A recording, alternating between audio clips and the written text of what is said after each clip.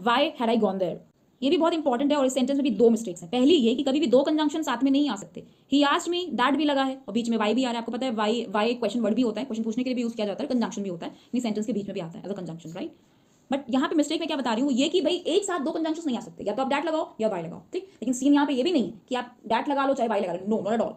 जब कभी भी आप सेंटेंस में इस तरीके से लेते हो, she asked, he inquired, right, जब कोई क्वेरी वाला आप वर्ब ले रहे हो, ही आस्क्ड, राइट, तो वहां पे आपको दैट का यूज नहीं करना होता है, ठीक। आपको WH वर्ड ही लेना होता है। ये पर्टिकुलर रूल मैं किसका बता रही हूँ, डायरेक्ट इनडायरेक्ट स्पीच अगर आपने पढ़ा हो, ठीक।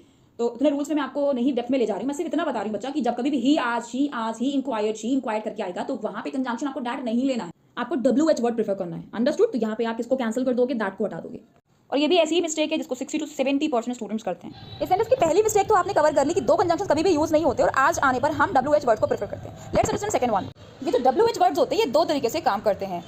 एक तो ये लिंकर्स यानी कंजंक्शन का काम करते हैं, सेंटेंस के बीच में आते हैं। दूसरा ये कि ये क्वेश्चन पूछने के काम आते हैं, why are you going there, what is your name, where is your house. तो ये तीन सेंटेंसेस में आपने WH वर्ड को देखा, ये क्या काम कर रहे हैं, क्वेश्चन वर्ड का, यानी क्वेश्चन पूछ रहे हैं। तो इसके फौरन बाद ले रखा है helping verb, why are, what is, where is. तो आप ये इज देख रहे हो, हेल्पिंग वर्ब फौरन बाद आ रही है ना, राइट, और उसके बाद आपका सब्जेक्ट आ रहा है, ठीक। लेकिन जब कभी भी ये WH वर्ड्स क्वेश्चन ना पूछकर सेंटेंस के बीच में आते हैं एज अ कंजंक्शन, फिर से सुन लीजिए, जब कभी भी WH वर्ड सेंटेंस के बीच में आएंगे, ठीक, तो उस पर्टिकुलर सेंटेंस में जब आपके WH वर्ड बीच में आ रहे हैं उसके फौरन बाद आपको सब्जेक्ट लेना होता है, हेल्पिंग वर्ब नहीं लेना होती है। तो इस सेंटेंस में होना ये चाहिए, he asked me why I had gone there, ना कि हैड आई गॉन देयर।